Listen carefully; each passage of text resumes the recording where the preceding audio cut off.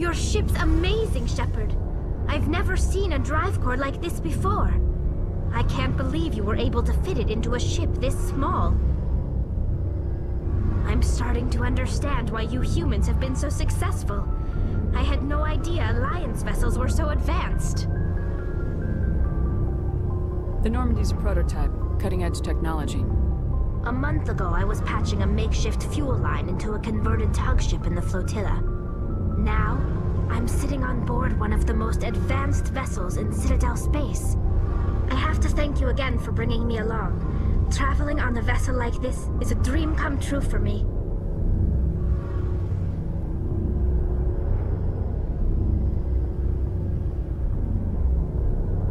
I had no idea you found ship technology so interesting. It comes with being a Quarian. The migrant fleet is the key to the survival of my people. Ships are our most valuable resource. But we don't have anything like this. We make do with cast-offs and second-hand equipment. We just try to keep them running for as long as we can. Some of the fleet's larger vessels date all the way back to our original flight from the Geth.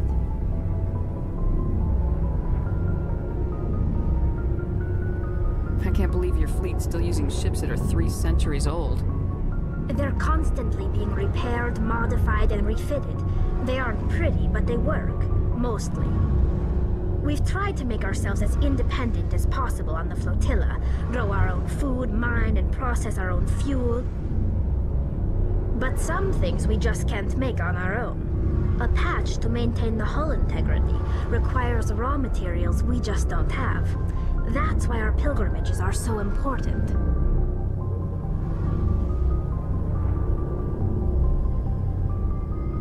I want to know more about the pilgrimage. When my people reach maturity, we leave our birth ships and seek acceptance with a new crew. It's necessary to maintain genetic diversity among the fleet. But no ship wants to accept someone who will be a burden on them. So, to prove our worth, we embark on a pilgrimage. We set out alone, leaving the flotilla and our families behind us. We only return once we have found something of value we can bring back to the fleet. This is presented as a gift to the captain of the respective ship we wish to join. If the gift is accepted, we are welcomed into the crew.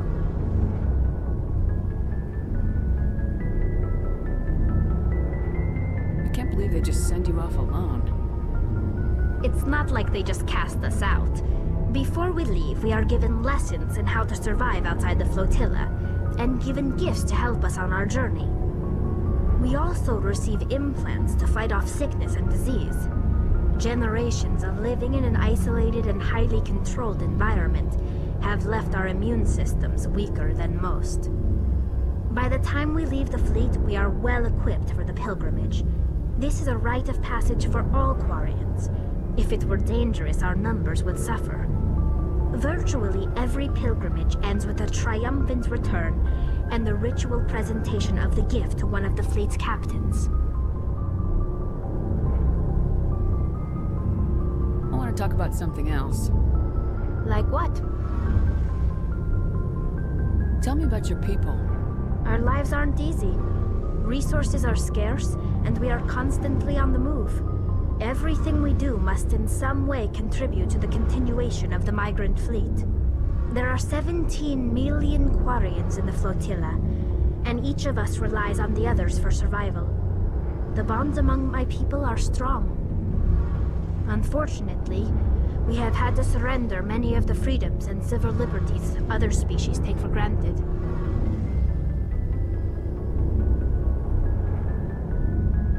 What kind of freedoms? Well, it's illegal for parents to have more than one child. If our population grows too much, it would strain our resources to their breaking point. Of course, we also can't allow our numbers to become too few.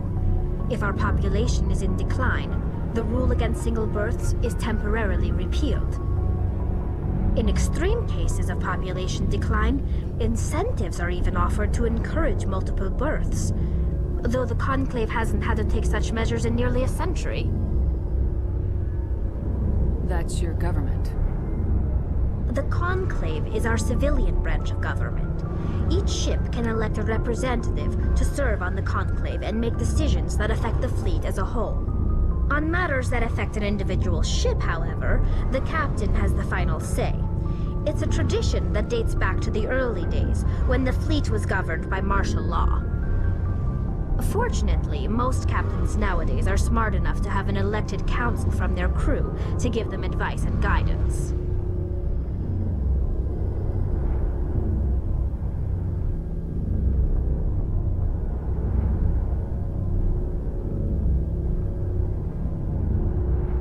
So the ultimate power rests with elected officials?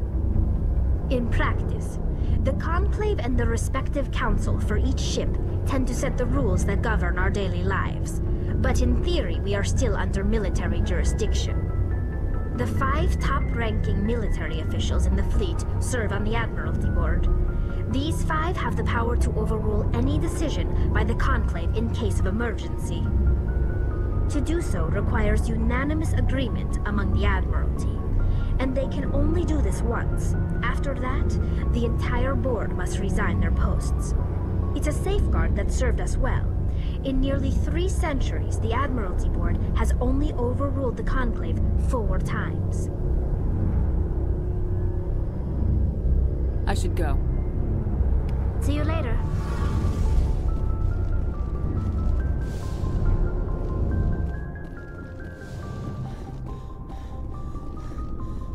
Hey, Commander. Looking for some extra supplies before you head out?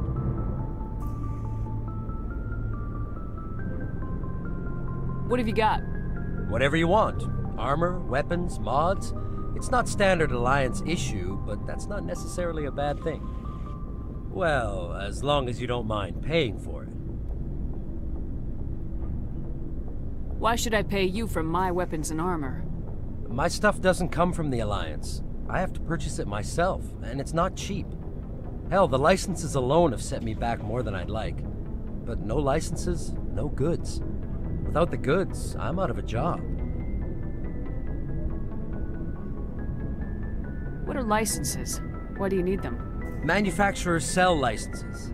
Each license allows me to buy and sell a certain brand of products.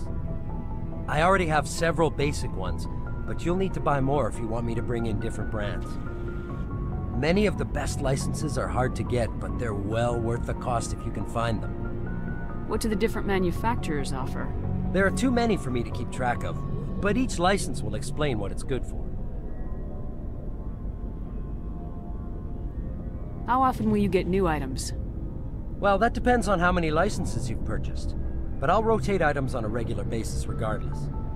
And anytime we land someplace with a big enough port, I'll buy, sell, and trade whatever I can. Check back often.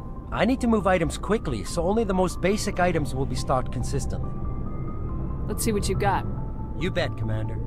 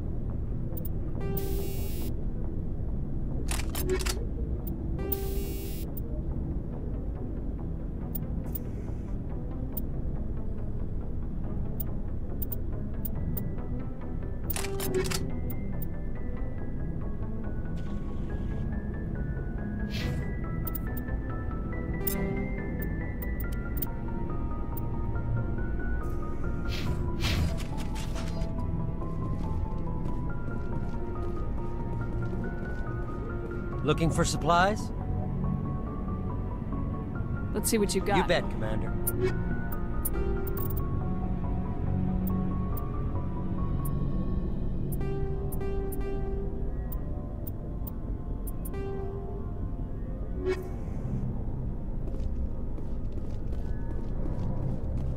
Thanks for bringing me on board, Commander. I knew working with the Spectre would be better than life at CSEC. Have you worked with the Spectre before? Well, no, but I know what they're like. Spectres make their own rules. You're free to handle things your way. At CSEC, you're buried by rules. The damn bureaucrats are always on your back. Being a Spectre does have its advantages. Exactly my point. If I'm trying to take down a suspect, it shouldn't matter how I do it, as long as I do it. But CSEC wants it done their way. Protocol and procedure come first. That's why I left. So you just quit because you didn't like the way they do things? There's more to it than that. It didn't start out bad, but as I rose in ranks, I got saddled with more and more red tape. CSEC's handling of Saren was typical. I just couldn't take it anymore. I hate leaving. It's not the end of the world. You'll have tougher decisions soon enough. Yeah, I suppose you're right. Either way, I plan to make the most of this. And without CSEC headquarters looking over my shoulder, well, maybe I can get the job done my way for a change. Just do a good job and don't get in my way. We'll get along fine. Don't worry, Commander. I'll keep clear.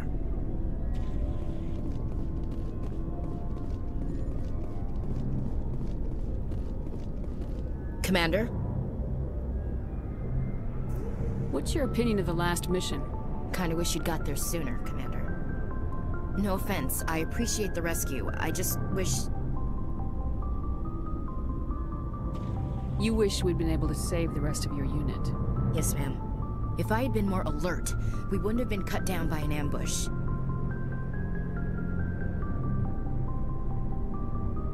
The Geth are perfect ambushers. They don't move, they don't make noise, they don't even breathe. They have flashlight heads, ma'am. I'll make sure it doesn't happen again.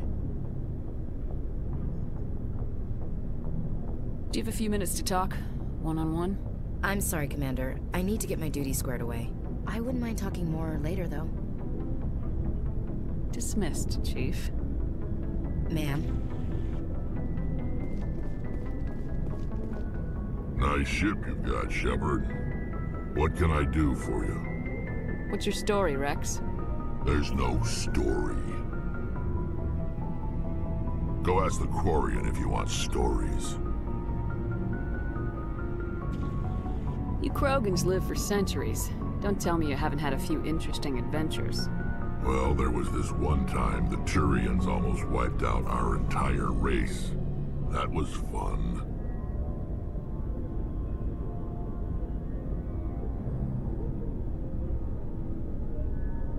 Yeah, they tried the same with us, but we fought them off. It's not the same.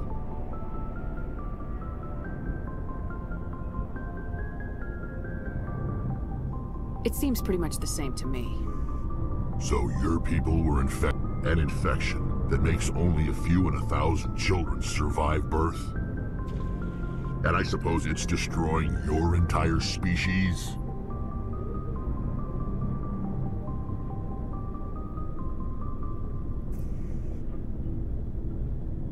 I suppose it isn't all the same. I don't expect you to understand, but don't compare humanity's fate with the Krogan.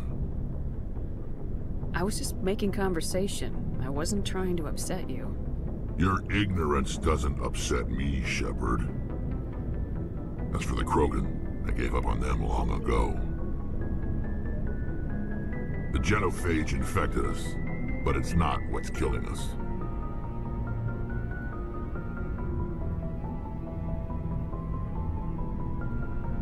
What can you tell me about the genophage? Ask the Solarians if you want details. They made it. All I know, it makes breeding nearly impossible. Thousands die in stillbirth, and most never get that far. Every Krogan is infected, every one, and no one's rushing to find a cure. Why don't the Krogan try to find a cure? When was the last time you saw a Krogan scientist? You ask a Krogan, would he rather find a cure for the genophage or fight for credits? He'll choose fighting every time. It's just who we are, Shepard. I can't change that. Nobody can. Are your people really dying? We're sure not getting any stronger. We're too spread out. None of us are interested in staying in our own system. Lots of species have left their homes and prospered. But they go to colonize new worlds. We're not settlers. We're warriors. We want to fight. So we leave. Hire ourselves out. And most of us never go back. So long, Rex. Shepard.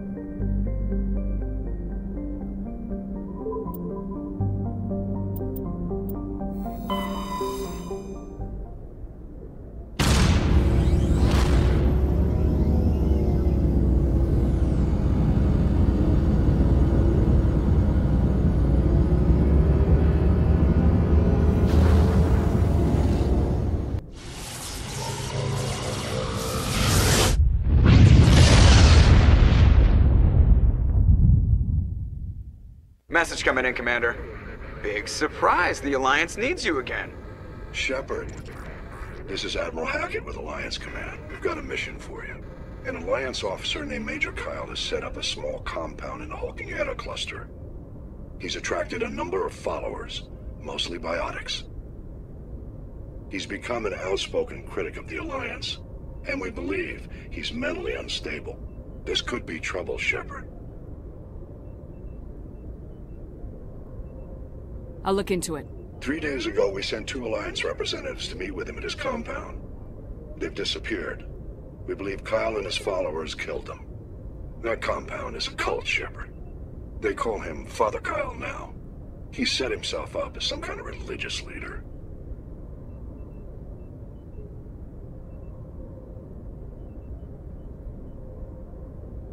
I'll deal with Major Kyle for you, Admiral. We don't want this to turn into a massacre, Commander. Kyle is dangerous. I trust you to use your judgment. Hack it out.